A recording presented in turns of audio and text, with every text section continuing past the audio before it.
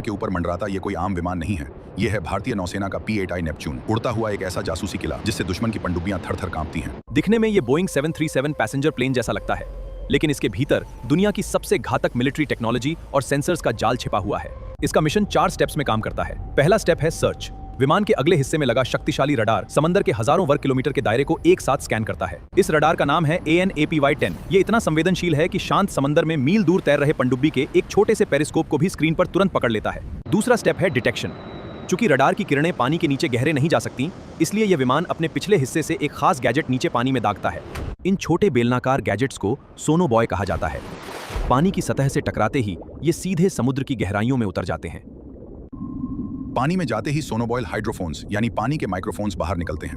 ये गहराई में छिपी दुश्मन की पनडुब्बी की बारीक आवाज को रिकॉर्ड करते हैं। वो आवाज तुरंत रेडियो सिग्नल्स में बदली जाती है और पानी के ऊपर तैर रही सोनोबॉय की एंटीना से सीधे P-8I विमान के कंप्यूटर सिस्टम को भेज दी जाती है। यहाँ शुरू होता है तीसरा स्टेप, ट्रैकिंग।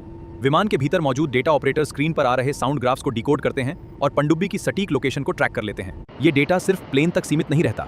P-8I इसे रियल टाइम में समुद्र में तैर रहे भारतीय युद्धपोतों और मुख्य नौसेना बेस के साथ शेयर कर देता है। लेकिन अगर पनडुब्बी बिल्कुल शांत बैठ जाए तो उसके लिए इसके पिछले हिस्से में एक लंबा डंडा लगा है, जिसे मैग्नेटिक एनोमली डिटेक्टर यानी मैड सेंसर कहते हैं। पानी के नीचे चल रही विशाल स्टील की पनडुब्बी पृथ्वी के मैग्नेटिक फील्ड में मामूली सा बदलाव करती है। ये सेंसर उस चुंबकीय बदलाव को पकड़कर पनडुब्बी को 100% बेनकाब कर देता है। अमेरिकी नौसेना के वर्जन में ये खास तकनीक नहीं है। भारत के P-8I में पीछे एक दूसरा स्पेशल रडार लगा है, जो विमान को पीछे से भी 360 डिग्री की सुरक्षा देता है। चौथा और आखिरी स्टेप है अटैक। जब पनडुब्बी की लोकेशन लॉक हो जाती है तो विमान के पेट में छिपा गुप्त वेपन्स बे मैकेनिकली खुल जाता है। विमान हवा से ही MK-54 लाइटवेट टॉर्पीडो दागता है।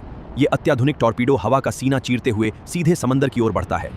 पानी में गिरते ही इस टॉर्पीडो का अपना इंटरनल सोनार एक्टिव हो जाता है। ये पानी के नीचे खुद ही रास्ता ढूंढता है और दुश्मन की पनडुब्बी की तरफ रॉकेट की रफ्तार से बढ़ता है। इसके अलावा यह विमान डेप्थ चार्जेस यानी पानी के भीतर फटने वाले बम भी गिरा सकता है, जो पनडुब्बी के आसपास के पानी में इतना भयंकर दबाव बनाते हैं कि उसका ढांचा टूट जाता है। अगर खतरा पानी के नीचे नहीं बल्कि समंदर की सतह पर तैरता हुआ कोई दुश्मन का युद्धपोत है तो P-8I अपने पंखों के नीचे तैनात हार्पून ब्लॉक 2 मिसाइल दाग देता है। ये मिसाइल सी स्किमिंग तकनीक पर काम करती है, यानी रडार से बचने के लिए समंदर की लहरों से चिपक कर चलती है और सीधे दुश्मन के जहाज के परखच्चे उड़ा देती है। इन सब महाविनाशक हथियारों के साथ ये विमान एक बार फ्यूल भरने के बाद लगातार 10 घंटे तक हवा में रहकर हजारों किलोमीटर की गश्त कर सकता है। आज भारतीय नौसेना के पास ऐसे 12 शक्तिशाली विमानों का बेड़ा है, जो हिंद महासागर में चीन और पाकिस्तान की हर एक चाल पर 24 घंटे पैनी नजर रखते हैं। रेडार की आंखें, सोनोबॉय के कान, मैग्नेटिक सेंसर का दिमाग और टॉर्पीडो की मार, यही वो डिजिटल और मैकेनिकल जुगलबंदी है जो P-8I को बेजोड़ बनाती है। तो ये थी भारतीय नौसेना